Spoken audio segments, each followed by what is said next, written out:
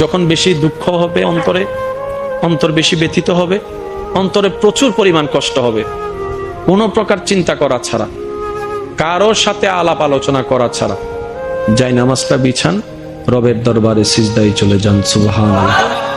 চোখটা বন্ধ করেন, চোখের পানি ছাড়তে থাকেন, মন হালকা হতে থাকবে, সিজদায় রবকে বলতে থাকেন, যা বলার বলতে থাকেন, যেভাবে বলার বলতে থাকেন।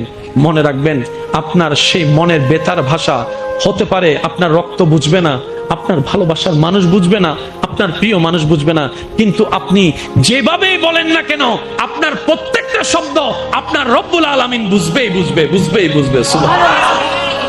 আপনি যখন ওনাকে দুঃখের কথা বলবেন, উনি আপনার দুঃখটাকে হালকা করে দিবে, সেই দুঃখের খবর প্রকাশ করে আপনাকে কখনো বেইজ্জত করবে না। আর আপনি যখন সুখের খবর পেয়ে রবের দরবারে সিজদায় চলে যাবেন, তখন আল্লাহ তাআলা খুশি হয়ে আপনার সুখটাকে আরো বাড়ায় দিবে।